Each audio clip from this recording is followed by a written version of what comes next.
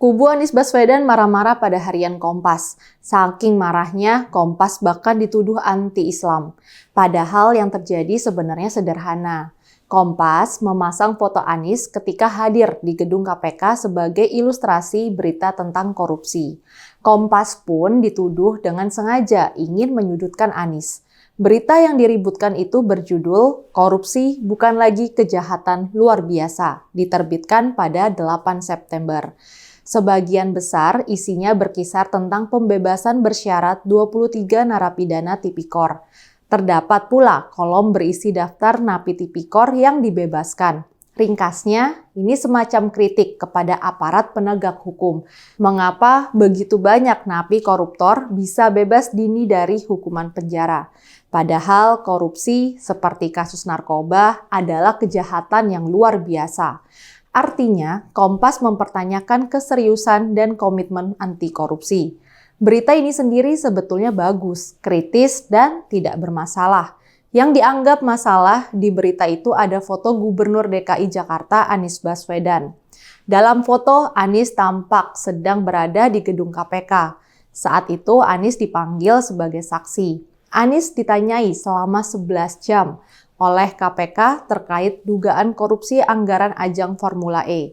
Pemuatan foto inilah yang bikin marah para pendukung Anies. Maklumlah, Anies sedang bersiap untuk maju sebagai capres untuk Pilpres 2024.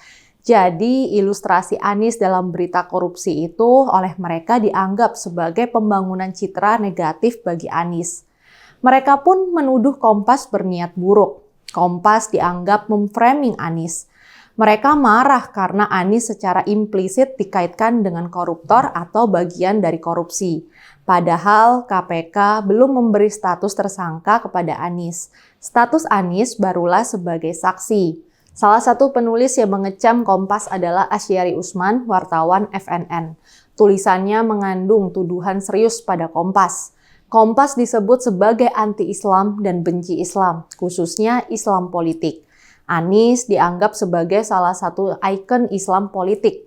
Menurut Asyari, Anies didukung oleh umat Islam. Anies punya peluang besar untuk menjadi presiden lewat Pilpres 2024. Kompas dituduh merasa perlu menyudutkan Anies dengan segala cara.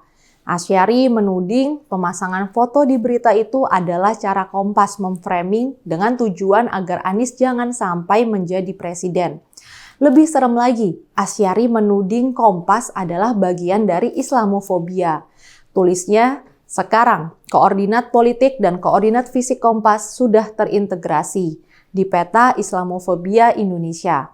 Pemimpin redaksi Kompas pun kalang kabut. Mereka buru-buru minta maaf sama Anies. Pimpinan redaksi Kompas menyatakan pilihan foto di berita itu adalah kelalaian.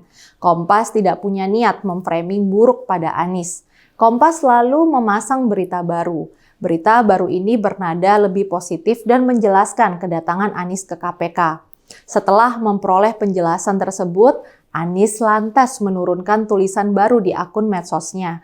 Anies menyatakan, media massa memiliki tanggung jawab besar dalam penggiringan opini.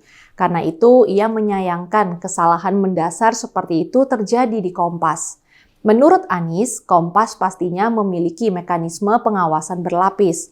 Anies juga menyatakan ia percaya pada pimpinan Kompas bahwa penayangan foto dirinya itu tidak didasarkan pada niat menyudutkan dirinya.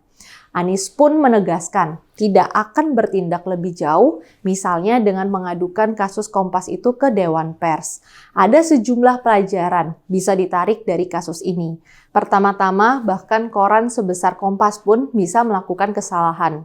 Memasang foto Anies di KPK pada berita tentang maraknya korupsi memang sangat mungkin menimbulkan kesimpulan yang salah. Anies bukanlah koruptor. Bukan tersangka koruptor dan bukan terduga koruptor. Anies baru menjadi saksi. Tentu saja, kasus dugaan korupsi Formula E melibatkan Anies. Ada alasan mengapa KPK harus memanggil dan menanyai Anies. Namun tetap saja tidak pantas dimasukkan dalam kategori koruptor. Karena itu, ilustrasi Anies di berita korupsi memang terkesan dipaksakan. Namun di sisi lain, tuduhan yang dialamatkan kepada Kompas oleh pendukung Anies jelas berlebihan. Kompas sama sekali tidak bisa disebut membenci Islam.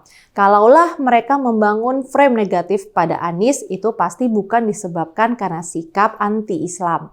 Tuduhan semacam itu bisa membangkitkan kemarahan umat Islam.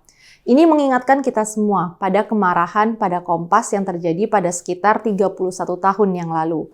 Pada 1991, salah satu media dalam grup Kompas, Monitor, menyajikan hasil polling yang menempatkan nama Nabi Muhammad pada urutan ke-11 dalam daftar nama tokoh yang paling dikagumi. Ini menimbulkan reaksi luar biasa. Grup Kompas dituduh menghina dan membenci Islam. Kantor redaksi Monitor pun dibakar. Pemimpin redaksi Monitor ditangkap.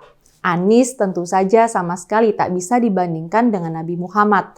Tapi yang terpenting, tuduhan terkait agama bisa berdampak sangat serius. Kita harapkan saja kubu Anies bisa menahan diri untuk lebih jauh menuduh Kompas anti-Islam. Media massa perlu belajar untuk lebih berhati-hati. Tapi janganlah kemarahan pada media menimbulkan tuduhan yang memuat kebencian agama. Saya, Rizka Putri, undur diri.